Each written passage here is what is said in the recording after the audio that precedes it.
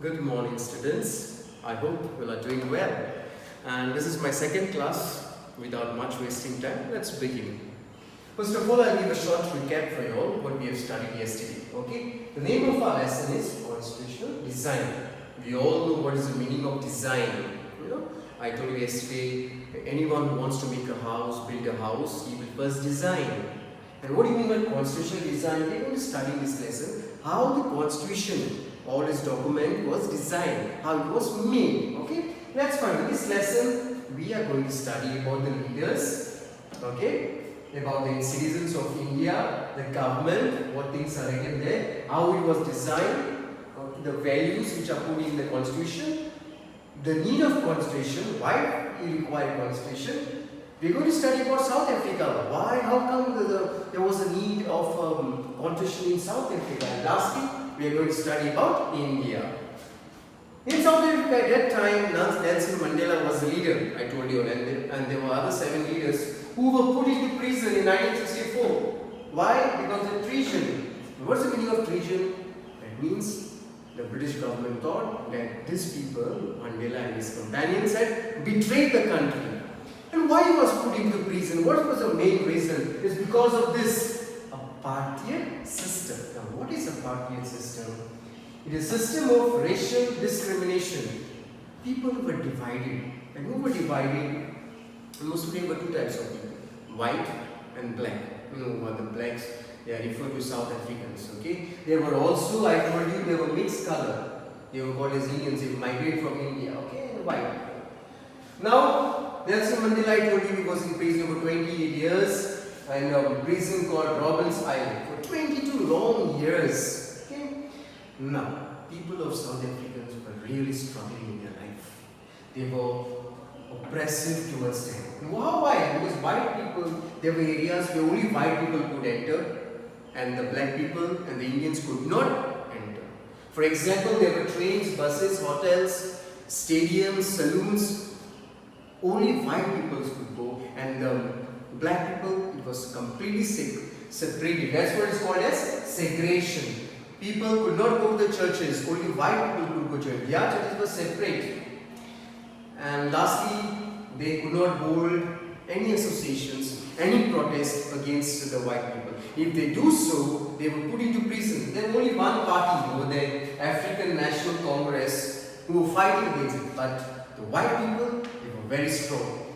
They used to detain the people, torture them, and used to kill them. Okay?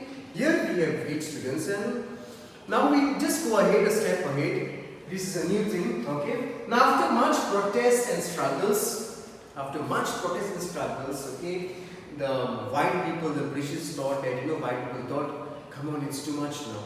And finally they gave up. Okay? And after long 28 years, Nelson Mandela was freed on 26 April 1994, and for the first time, the national flag of the Republic of South Africa was unfurled. So what I want to tell you, students, is this: for the first time, they were free. Okay? And when Nelson Mandela was in the prison, he was boiling with anger. Once I come out from this prison, I will take revenge. But later he thought, with much reflection, he thought, no, if I come out of the prison with that anger, I will still remain in the prison. That's why Nelson Mandela, after the victory, he said in his famous speech that we need to forgive. We need to forgive the white people. And that's what they did. They forgave the white people. And they went ahead, okay, and they said, if we have to produce or design the constitution of South Africa, we need to put these things inside. We need to hold on equality, values, social justice, and human rights. And people of South Africa had still fear. We don't want those things in our life. The segregation. We want equality. And that's the reason he told people, those who were designing the constitution, he told to put inclusive values, equality, values, social justice, and human rights. And after 2 years, my dear students, after long discussion, there came about the finest constitution of South Africa. Okay? So that's how the constitution of South Africa came about. We'll go next again. Now I want to ask you students, why we need a constitution? Can you imagine if there is no constitution, if there are no rules, what will be our state of our country? So there are a few features of why we require a constitution. The first one is a degree of trust and coordination. Today we have a constitution. That's why we have a trust and coordination. Now you all are aware of the Sushant case, the famous actor who was killed. Today the whole world is fighting for him.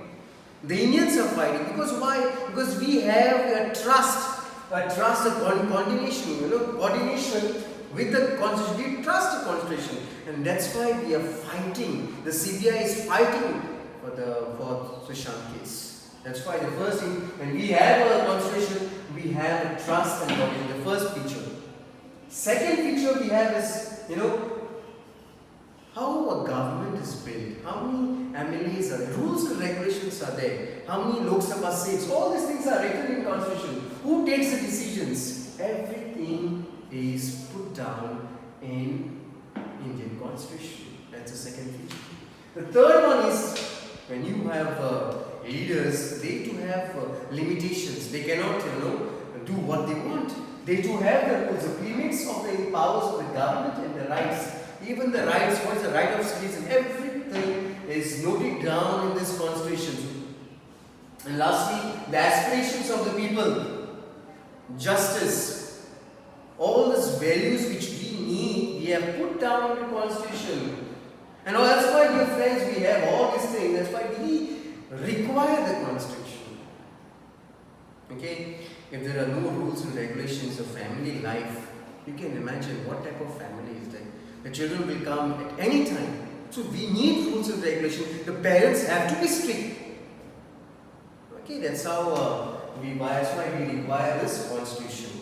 Lastly, the making of Indian constitution. It was not easy, students, to make the Indian constitution. It was very difficult. Because India is a diverse country. What do you mean diverse? There are so many religions. There's so many backgrounds, and this color is different, the religion, we speak different languages. So it was not easy for the people, to make this constitution. After 1947, okay, there was separation between Pakistan and India. Around 10, so many people were killed, 10 lakh people were displaced, So that was one of the things that they found very difficult to prepare the constitution. Secondly, when Britishers left India, there were no states. Today we have around 28 states. That time there were only princely states. There were only princely states. Every place had a king, a prince, and they were running. Now to convince those people, to have convince them that we have only one leader, it was not easy. It was a great challenge. Okay, so this is the difficulties the Indians had when they were preparing the Indian constitution. So students, I hope you have understood this lesson. Tomorrow again I will take the lesson. If you have any queries, you can put it down. Okay, do subscribe my channel and stay happy and stay safe. Thank you, students. God bless.